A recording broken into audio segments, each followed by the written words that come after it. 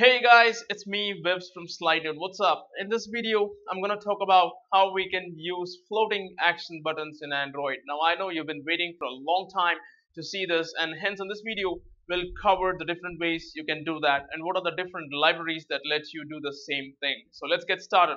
So you can do this the hard way, that is by creating an image view with a particular icon and placing it always on the right side inside a frame layout at the bottom of your screen, and then setting some elevation to it to give it a shadow, setting its size as per the material design requirements, and then ensuring that when the user scrolls up and down you adjust the floating action button accordingly as per the material design specs. But guess what? We are going to be doing this in almost every other app that you and I are going to release, and therefore I feel it's better that we get started directly with a library. Now, with a lot of research and some efforts, I found out a list of 5 good libraries at the time of making this video that deal with the floating action button.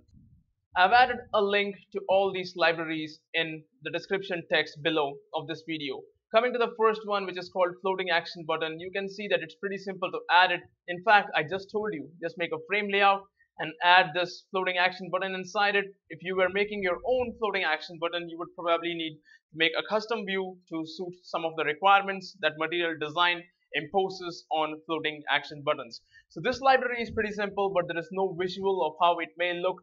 Let's switch to the next one called Fab by Shell Software, and as you can see, this is pretty good. It has some kind of animation setup like fade out, fade in, scale out, and other types of animations here. Again, integrating this is pretty simple. You have a relative layout and you simply create an object of their custom view, and that's it.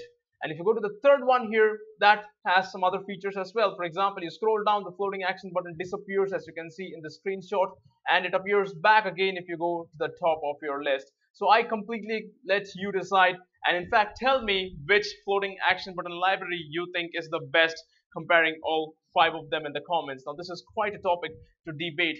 Now for me personally, I'll be using the last one which I haven't shown you yet.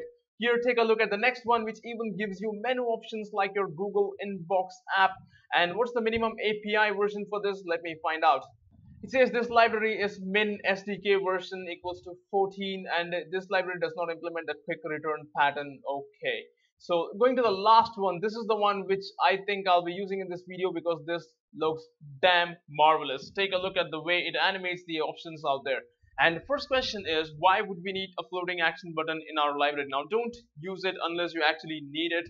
In our case, we are going to have to sort the movie results. If you take a look at our current app here, I have changed the colors a bit to make things look a bit better here. Now there is no option for sorting this anywhere. Now we could add this in our overflow menu by going here and saying sort by name, sort by date, and sort by ratings. But it would be even better or more handy for the user if we can add a floating action button here with all the sorting options for this movie. And since all our 3 screens or 3 fragments are going to contain only movie results, it would be the best if we have a single floating action button throughout the app or throughout this entire activity that's going to let people sort stuff out. So let's get started.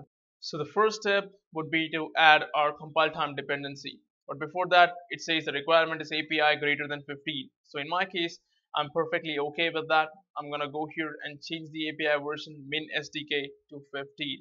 And at the same time, I'm gonna go there and add the compile time dependency that we have here. So simply copy the dependency and go back to our code here in Android Studio and add it at the bottom inside our build.gradle file.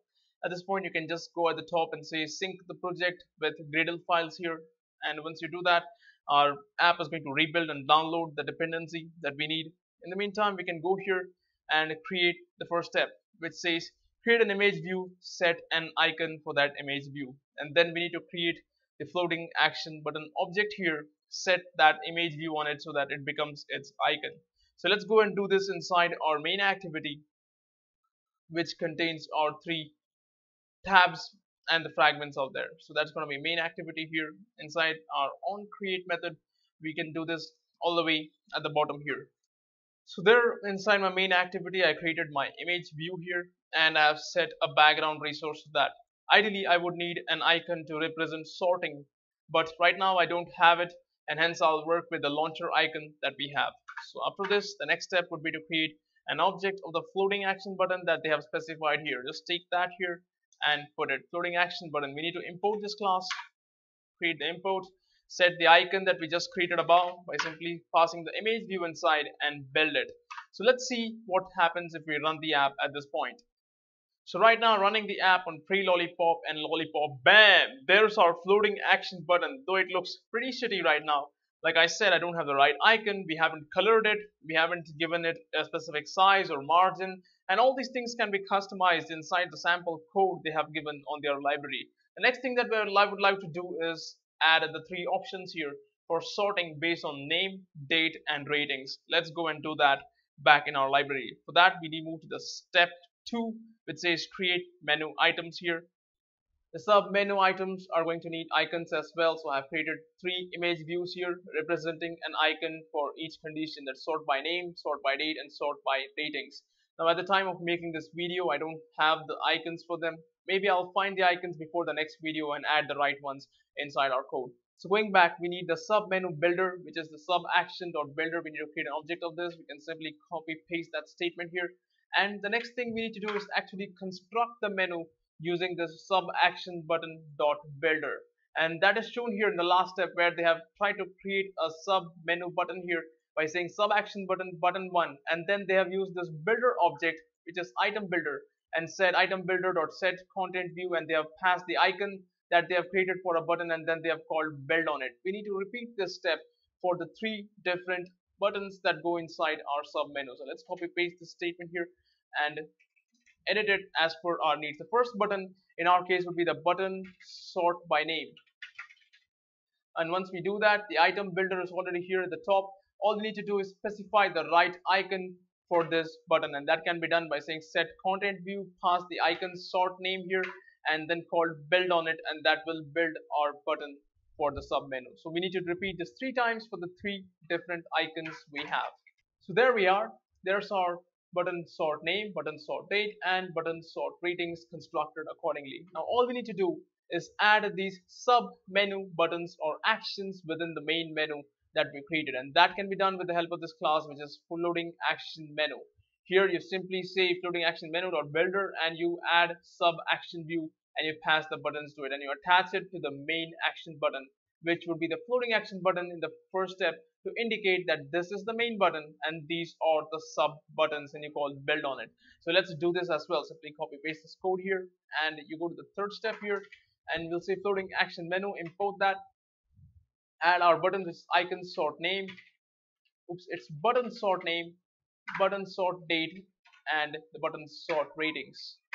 The main button in our case, or our floating action button, would be action button object, which we created right here at the top, where we have said floating action button is new floating action button dot builder.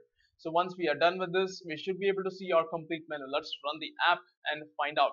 So there's our main floating action button. You click on that and bam, take a look at that. There's our 3 little options that we have created as part of our sub action. Now for some reason it's showing some other icon. Let me take a look at what I can do to change that. Oops, I've set the same icon everywhere. Let me change it. So after all icons have been set, when you open the sub menu, you can see the right icons come under the sub menu items that we have added. But when we click on them, nothing happens. How can we direct that click to sort these results that we have inside the second fragment? And most importantly, this floating action button is everywhere throughout our activity. How can we ensure that clicking on one of the options is going to trigger the sorting of the results inside that particular fragment? The fragments are inside a view pager. Is it really that easy to access the fragments inside a view pager? Can you call adapter.getItem? Is it going to return null? So many questions to be answered, and so many things that are pending as far as our app is concerned. In the meantime, let me know in the comments, what do you think about this library? Are there better libraries? Did you try the other libraries out? Can you make this floating action button in XML? Because I didn't see it in the samples here in the code. If you like what you saw, please like this video, share this video, subscribe to Slide Nerd, and let us know your thoughts in the comment boxes below. Thanks for watching. I'll catch you guys in the next video. Have a nice day.